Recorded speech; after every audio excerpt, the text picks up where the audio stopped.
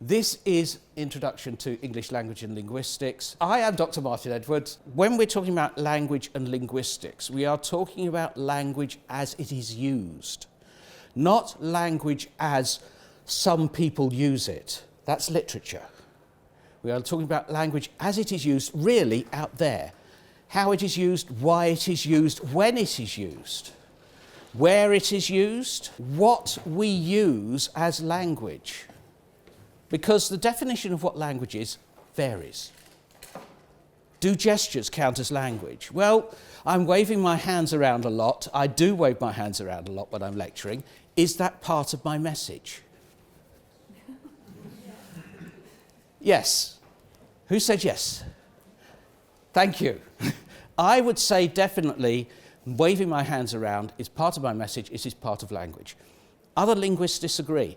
That is one thing that you will find out when you come onto the course. There is no fixed definition of language or linguistics that we can address directly. Instead, we address a series of definitions which work for particular circumstances. This is great because it means that this is an open science. Unlike calculus, I was talking to someone about books yesterday, and they mentioned that a calculus professor had said to them that he could use a book which was written in the 1920s because the subject hasn't really changed since then. But he doesn't because the students have changed, which is a very good reason. But nonetheless, you can't use a book in linguistics which is written 20 years ago, but in some areas of linguistics you can, but in a lot of areas you can't use a book which was written 20 years ago, not because the students have changed, that's a good reason, but because the knowledge has changed. The knowledge keeps changing in linguistics, and that's what makes it an exciting subject. We've not got to the end of the road as calculus has done. We'll talk later about all the directions that linguistics can take you in terms of career. But that's important to remember that we're not talking about a subject which we are just giving you information which other people have already generated. We're talking about involvement, interaction, and that's a large part of how the course works. It's interactive. Right, let's move on to what is language? Well, I'm not going to cover all of these areas. As you can see, the picture gets bigger and bigger the further out you go. I'll just cover the four big areas. Sounds and gestures. I've already mentioned sounds, gestures. Are they the same? Are they both part of language? Are gestures not part of language? Is BSL, British Sign Language, which is a gestural language, it's recognised as being a language, is it, as a gestural language, different from the communicative gestures I use, waving my arms around? The answer is, on one level, yes. On another level, no. So I'm not going to give you answers here, but I am going to pose some questions for you. So that's sounds and gestures. The next level, structures. Language is basically a set of forms. We say, the man sat on the chair. In Welsh, they would say, the chair the man sat on. And that because they use an object-subject-verb form. I think that's Welsh. It might actually be Breton now I think about it. But anyway, one of the Celtic languages uses that strange form. They are used to having the words in that order, so when they hear the first word in a sentence, it is the object, not the subject. It's not like us. Just as in France, when they hear two words, cheveux bruns, brown hair. Cheveux is hair, brun is brown. So hair brown in French. In English, brown hair. Meanings are very important in language. We are basically in a negotiation with other people. Every time we open our mouths, we are negotiating towards meaning. We are not putting stuff out in the world which means something to the other person. We're putting stuff out in the world which means something to us. And we hope that the other person is going to get something from that meaning. If they don't, they have ways, what we call back channel, of interrupting us and saying, pardon? Or, what do you mean by that? And finally, we come to systems. And this is where people think language mostly lies. It's up there in the systems. We have ways of producing language. We have ways of producing correct language. Now, I have changed my accent deliberately to try to emphasize that there is a certain group of people who believe certain things about language, and it can be encapsulated in their accent. Now, that's not true, but it's a useful little tool. It's actually a tool which is used a lot in sarcasm and satire. Nonetheless, that means that there is a system of speaking. We tend to think of there being a system of speaking called received English. So that is part of the systems of language. So the systems are not just you put these words in this order. That's part of structure. The systems are how we use those structures once we have them.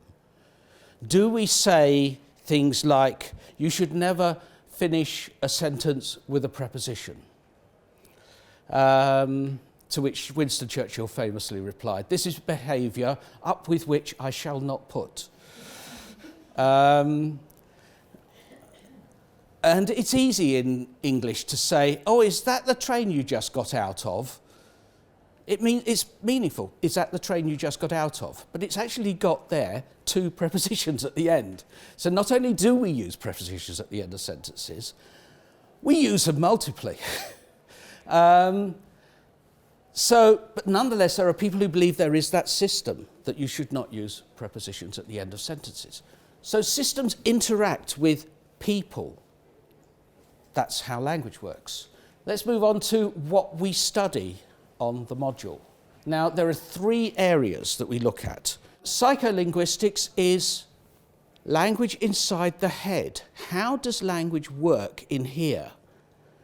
How does this lump of jelly on a stick produce the structures, the systems, the meanings which come out of our mouth?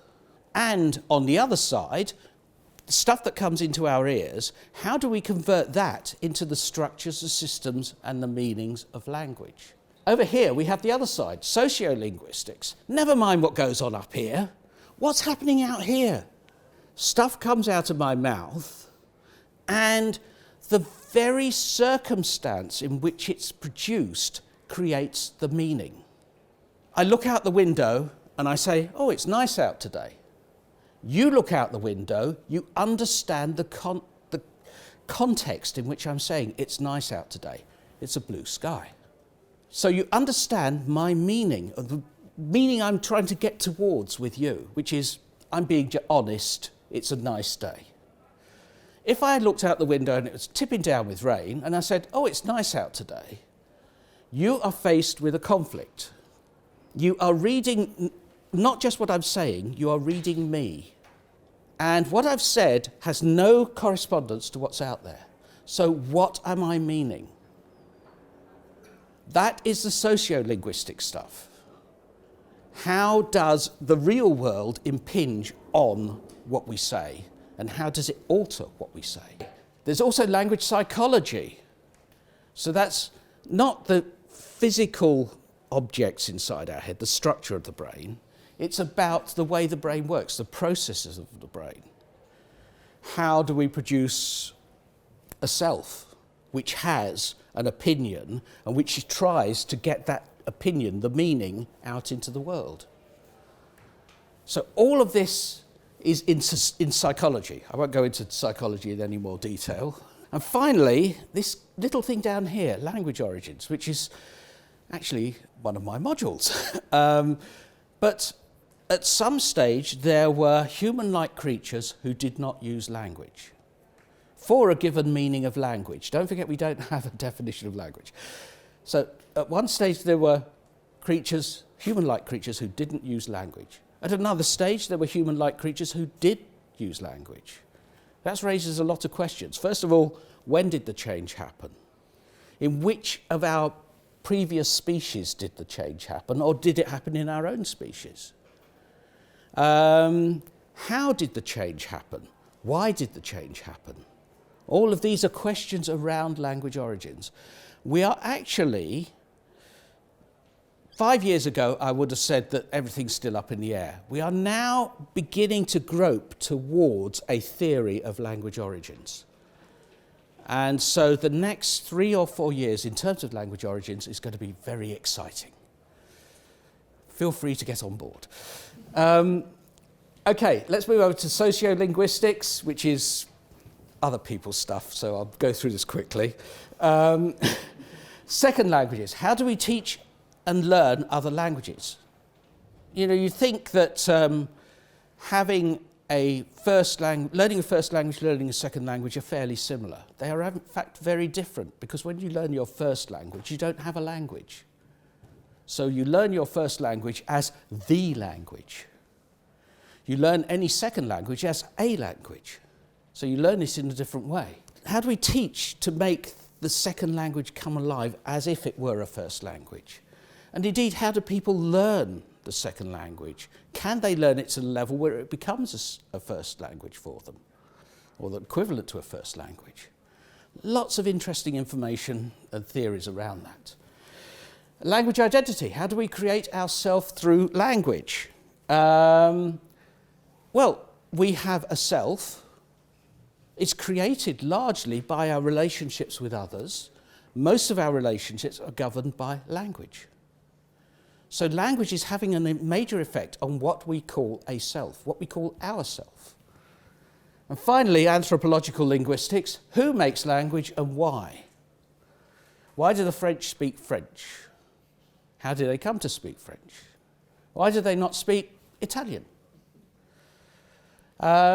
Trivial questions apparently, but it takes you into all kinds of matters of relationships between people and environment, relationships between people and their histories. It's a whole area, anthropological linguistics. And it's also one of my areas. That's actually represented in the module, in the course, as a module on creating a language, where your job, your task for the module is to create a language. Just as Tolkien created all those languages in Lord of the Rings, and Peterson, forget his first name, Peterson created all those languages in George R.R. Martin's Game of Thrones, and Paul, now I've remembered his first name, but not his second name, but he's the one who created Klingon. You know, all of these people are creating languages, and they're making money out of it. So this is creating your own language tells you a lot about how language works, why language works, when language works. So that's basically our areas of study. I haven't mentioned pragmatics. I'll go through that quickly now. It's how and why do we make language in the way that we do? So it's the social idea. This is called sociolinguistics, but it's linguistics between people. Pragmatics is a cultural level on top of the social level. And this raises questions of stylistics. What do we make when we make language? We have our own styles. What is making those styles? What makes those styles work? Corpus work. How do we use the language we make? In other words, you actually go out there and study large groups of data and say, how are people using this word, this phrase, this utterance? You know, why are they using it? Let's work at where they're using it in their utterances.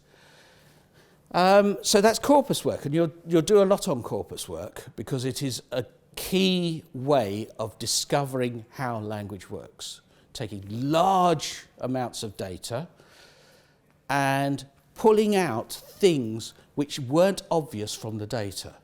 For instance, quick example, James Pennebaker has shown that when we use the word I, we tend to use it in an unempowered situation, when we are less powerful. When we use the word we are indicating our power. We are saying it's not just me. I've got all these people behind me. You can't see them, but they're all behind me. So that's the use of the word we. Penny Baker showed through corpus work that's the way we use we. And finally down here, language creation, how and why do new languages appear? It's a big thing. Languages apparently don't appear that often, but they appear more often than you'd think. In my lifetime, which admittedly is longer than yours, but in my lifetime I know of at least 2 new languages which have appeared. One of which I'm kind of claiming it's slightly off the edge of my life, but Hebrew became a first language for Israel during the 60s and 70s. Before that, it was the official first language of Israel, but it still had mostly second language speakers speaking it. The new generation came up, and in the 60s and 70s, they spoke Hebrew as their first language, and suddenly we've got a new language appearing. Admittedly, it's one which has had history and which has been preserved in various sub-forms throughout the years, but using it as a first language, being able to talk about what happened on telly last night in Hebrew, that happened in the 60s and 70s. The other language is Nicaraguan Sign Language. I won't go into that in detail. It's got a fascinating history, but it is completely new language from scratch, no history behind it, and it is a proper language. Let's move on. That's areas that typical modules. Well, there's some down here which show that we use particular modules to study the things I've been talking about. We've got something like overall over 50 modules, probably more, over the 3 years. You don't do them all. So you select the routes that you want your degree to take. You can also study a foreign language in the second year and in the third year. Now, it can be a new language that you've not studied before, in which case we set you off at the beginner's level. It can be a language you're quite familiar with, and we can set you off at that level. Or it can be a language which you treat as a first language, but which you need a qualification to actually teach it to other people as a first language, or even to teach English in that particular language community. Places like Finland, they say that yes, you could teach English to Finnish people, but only if you are qualified in Finnish as well as English. And that's because they want people to relate to English as a Finnish sub-language. English isn't just our language anymore. It belongs all over the world. Sweden treats English as a sub-language of Sweden. Finland treats English as a sub-language of Finland. Germany sort of treats English as a sub-language of Germany. So all of these areas where people are treating this English as a second language as important, and they require the first language to be studied to a suitable level. So anyway, that's all the kind of languages you can choose. There's some listed there. There's over 60 different languages available. Study abroad. Now, a certain number of students get the opportunity to study overseas. These are some of the universities that we currently have arrangements with. You go away in your second year for a term, you study one module while you're away, and you basically learn about the country as well. It's not just a case of going away, having a good time, and just having to do one module. Well, okay, there is a hint of that, which is probably why it is heavily oversubscribed. We have 5 places a year for 30 students, and we tend to find at least 15 students want to go. How do we support your learning? Well, this is how King's supports your learning, but also how the department and the course supports your learning. So first of all, we've got us, and we've got Keats, an online source to support your learning. This means everything that we want to publish to you, we put on Keats, and you can access it. Personal tutor, who expects you to attend regular one-to-one meetings. This is partly to check you're doing okay, that you've got no concerns, but mainly to get you to think about some things that you may not have thought about. I'm interested in this. Oh, you're interested in that. Well, have a word with this teacher, this lecturer, because they're interested in that too. And while you're at it, have you thought about reading this? Tutorials. Some modules have tutorials. I like to build some tutorials into the system. And student representatives, you elect your own student representatives, and they go to meetings, to faculty meetings. And they represent the views of the students. There's induction modules, guidance to academic writing. All of these things are available. Personal development, all the things that you would expect from personal development. Student involvement, food for thought, these are all things that we have. There is basically a student magazine, Linguistics. There are informal sessions where you go, have something to eat, and you just discuss things with lecturers who turn up, or with other students. Future possibilities. I won't go through all these. This is just an example of the career paths you can take. You start off with your degree, BA English Language and Linguistics. You can go through all of these different paths, all of these different routes where you're using linguistics directly. These are not the only routes. There are a whole load of other ones.